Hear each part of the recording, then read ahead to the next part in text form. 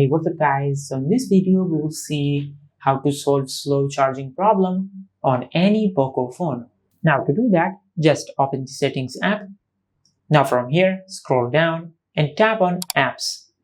Now from here, tap on manage apps. Now from here, just tap on background auto start. Now from here, just disable these apps so that they cannot auto start in the background. Now once you have done that, just go back. Now from here, just scroll up and tap on battery. Now from here, just tap on battery protection.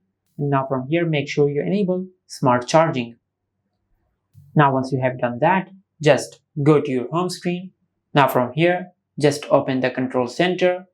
Now from here, just close the unnecessary connections. Like if you have Bluetooth open and the mobile data open, just close them. Just like that. Now once you have done that, the last tip is to use the charger which comes with the smartphone in the box. Now if you use a third-party charger, it might affect the charging speed of your smartphone. And this is how you can solve slow charging problem on any Poco phone. If you found this video helpful, please like the video and subscribe to the channel and hit the bell icon to get notified when we upload a new video.